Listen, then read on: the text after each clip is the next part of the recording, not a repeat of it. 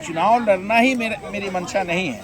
चुनाव के साथ साथ अपने संगठन को खड़ा करना भी मेरी मंशा है। चुनाव के साथ साथ यहाँ के लोगों के साथ क्या परेशानियाँ हैं वो भी मेरी मंशा है। यह संविधान बड़ा है, किसी भी पार्टी से बड़ा संविधान है। झंडा कांग्रेस का लेके जा रहे हो, घर पे कोई लगाएगा नहीं, लेकिन मैं देख रहा हूँ किस तरीके से लोग छीन रहे हैं कांग्रेस का झंडा कि नहीं मुझे दीजिए। मुझे रिक्शे वाला, ठेले वाला और हर गरीब तबका तिरंगा देख के, हाथ का निशान देख के कहता है हमारी इंदिरा गांधी की पार्टी है, हमारे राजीव गांधी की पार्टी है, हमारे राहुल गांधी की पार्टी है।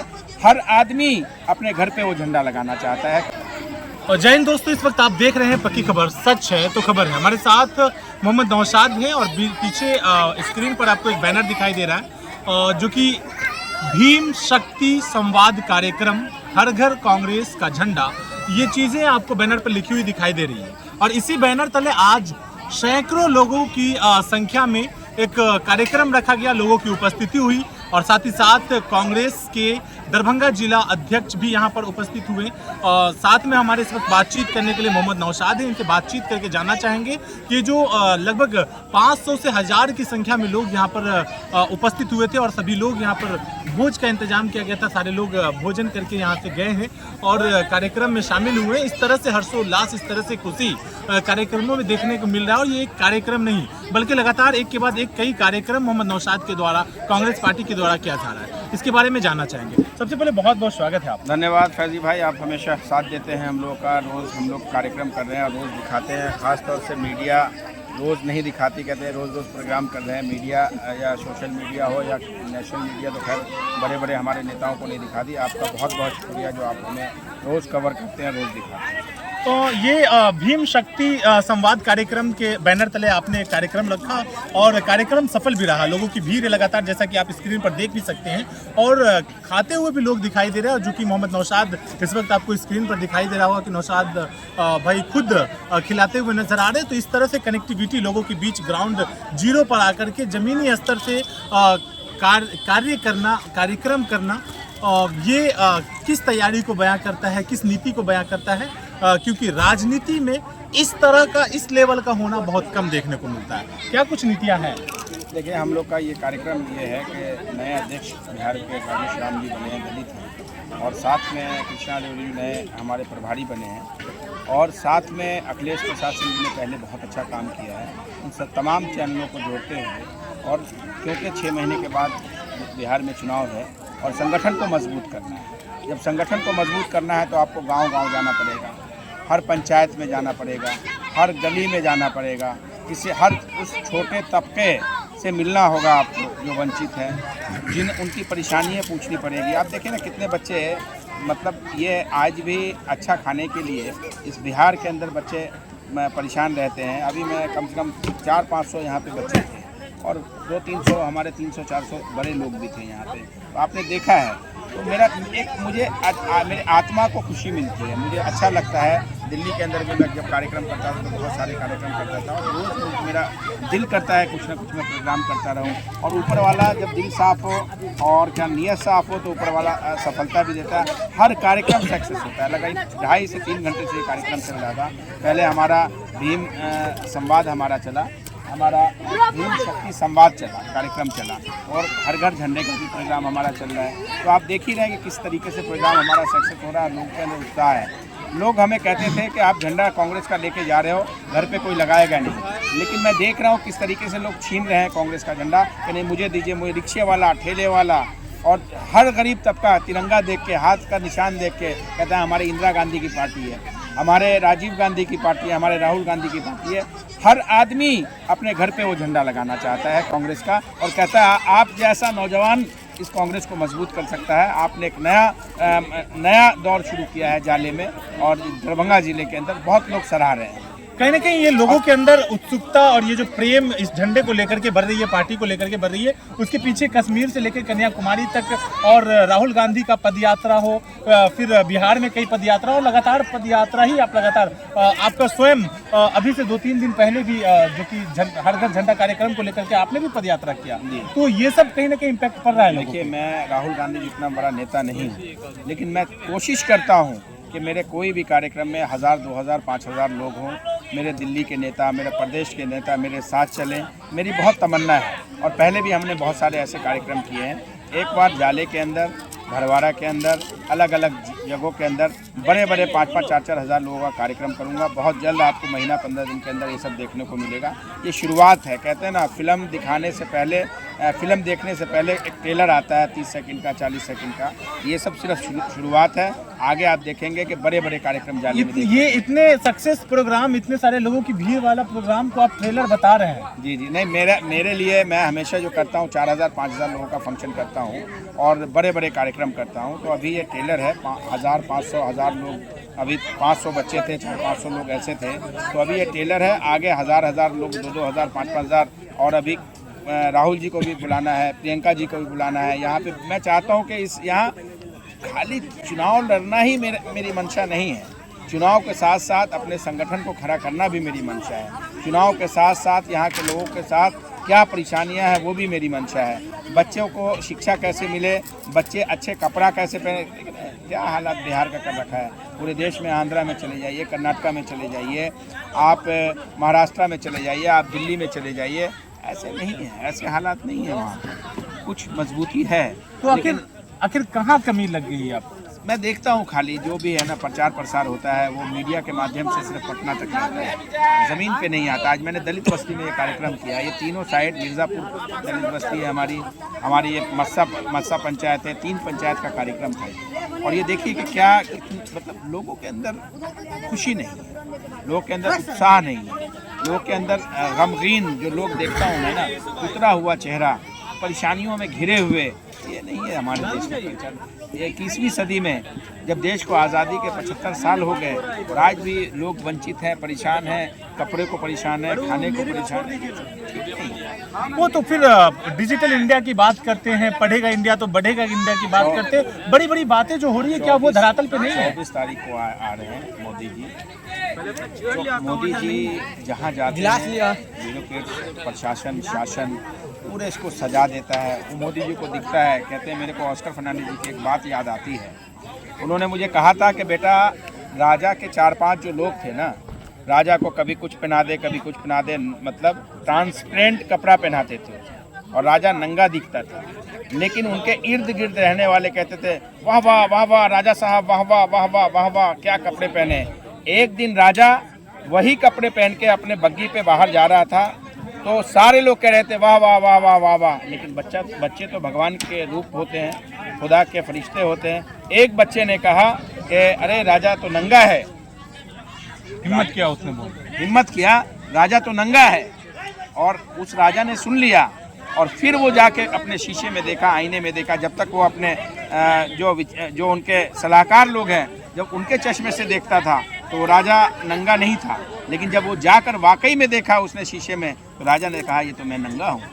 तो यही हाल हमारे देश के प्रधानमंत्री का है कि बस उनको दिख रहा है, चारों तरफ ट्रम्प आता है तो झुग्गियों को घेर दिया जाता है। गुजरात में, अहमदाबाद में जब शी जिनपिंग आता है तो 4,000 जो हमारी ज़मीनें छीन लेते हैं लद्दाख में, तो वो उनको दिखाया जाता है कि ये देखो जी, झूला झुलाया जाता है। लेकिन हमारे सेनाओं को मार रहे हैं, कई लोग शहीद हो गए बॉर्डर पे। बहुत सारी इस देश में परेशानियां हैं। मतलब मीडिया का परसेप्शन अलग है और ज़मीन पे, धरातल पे चीज़ें अलग हैं। ये चीज़ को हमें आप लोग जैसे सोशल मीडिया वाले दिखाते हैं।